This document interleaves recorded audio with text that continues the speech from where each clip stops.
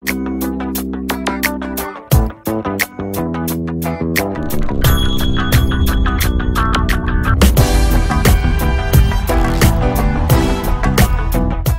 guys, I'm Aaron from PhoneDog.com, and I'm hanging out with T-Mobile's new myTouch 4G. It's a carrier's second HSPA Plus device, and it goes head-to-head against the T-Mobile G2. You know, it's a good-looking device, body looks great, feels good in the hand, and it has a 1 GHz Snapdragon processor, 5-megapixel camera, Android 2.2 with a customized version of HTC Sense UI, and more.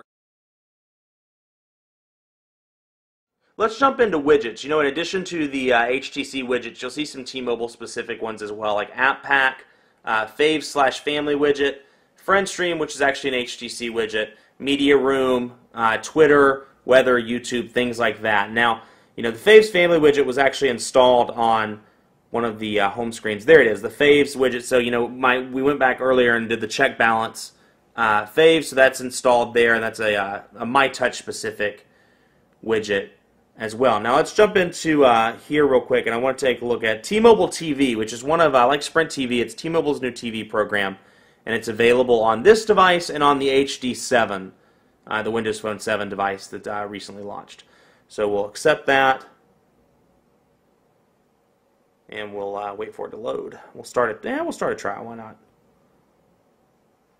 And you know, like Sprint TV, you get some basic channels for free. But if you want to go to the premium channels, this is an additional $9.99 per month. So let's just load up ABC News Now, for example. And you'll notice that fingerprints all over the display, typical problem with a touchscreen device. But there's ABC. Now, unlike the HD7, you know, it has a 4.3-inch display. It's a little bit larger in terms of what you actually see on the screen. But you can see buffers much faster than the HD7.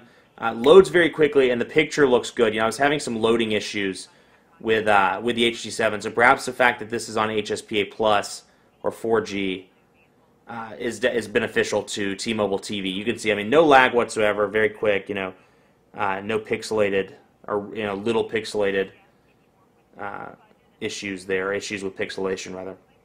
So let's take a look at the camera on the myTouch 4G. It's a 5-megapixel camera with a flash, and it's capable of doing video at 720p. Overall, I've been very impressed with the camera quality. It definitely gives the other 5-megapixel options on the market a run for its money. And whoops, I just switched it into front-facing. But you'll see, you know, half press the button to autofocus, and then fully press it to take the picture. So we'll do that. Snap that picture, and you can see,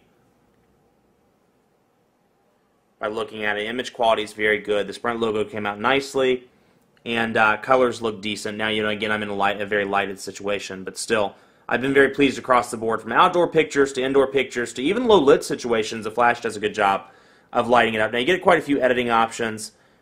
You can do effects and several different effects: grayscale, aqua, posterize, things like that. And then in addition, you can turn the flash on and off, and then go down into the advanced settings and control the self-timer. Some image adjustments, white balance, resolution, ISO, things like that. You can geotag as well. So quite a few options to make the picture your own.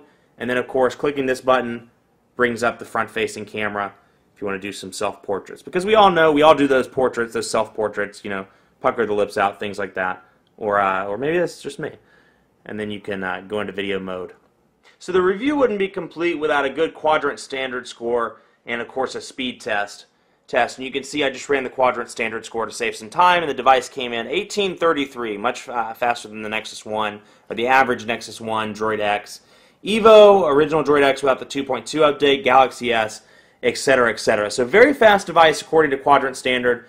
And let's have a look at the speed test before we sign off here to get a quick idea of what HSPA Plus speeds are looking like. Now, like the G2, you know, it shows an H in the top left-hand or right-hand corner. There's no indication to tell really whether it's running on HSPA Plus or standard HSPA outside of going into the settings on the device. Now you can see, actually I need to activate GPS first. So now that it's found the Charlotte server, we'll do a speed test and see what the HSPA Plus speeds are like. Now I've been pretty disappointed with HSPA Plus speeds so far.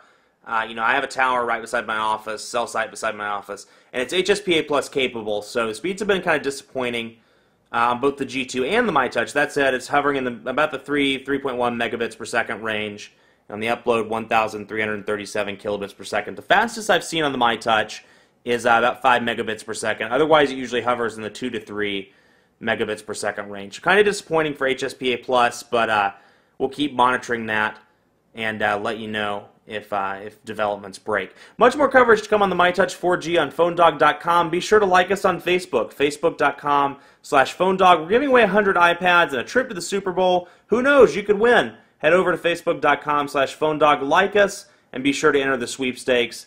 You could get a trip to the Super Bowl or an iPad. That's pretty cool. Be sure to follow me on Twitter as well, PhoneDog_Aaron, and I'm happy to answer any questions you may have. Now to sign off, I'm going to look for some coffee because you know I love coffee, and I'm going to use the Genius button. So thanks for watching. Have a great day. Find coffee. Woohoo!